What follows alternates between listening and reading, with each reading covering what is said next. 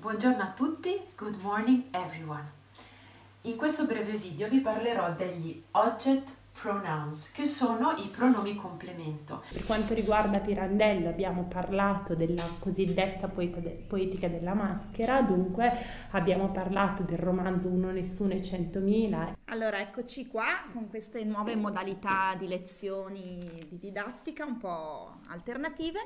Speriamo di... Inglese, italiano, scultura greca, ma non solo. È dal 3 marzo, dunque praticamente dall'inizio dell'emergenza coronavirus, che l'Istituto Paritario della Diocesi Barbarigo si è organizzato per fornire online ai propri studenti la prosecuzione del piano didattico per tutte le materie, con una distinzione: mentre per gli alunni delle superiori le lezioni sono interattive, dunque gli studenti possono non solo chiedere ulteriori spiegazioni all'insegnante, ma anche essere interrogati o fare delle verifiche, per gli allievi delle medie vengono caricati in appositi canali lezioni di un quarto d'ora, 20 minuti. Loro possano scaricarsi le lezioni e anche rivederle più volte.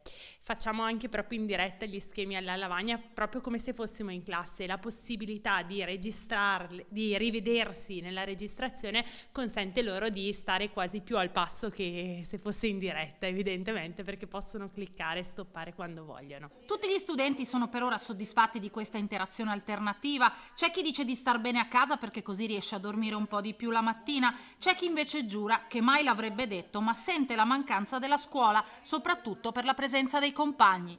Riescono a stare attenti, sì, è un po' più difficile magari online. Qualcuno dice invece che va meglio perché nessuno disturba, qualche altro che è agitato di suo in classe probabilmente lo è anche a casa, tanto più se ci fosse qualche distrazione intorno.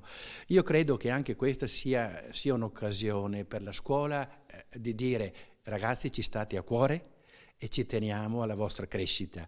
Per i ragazzi di trovare più fiducia negli adulti, per le famiglie per dare un impulso a una vera alleanza educativa.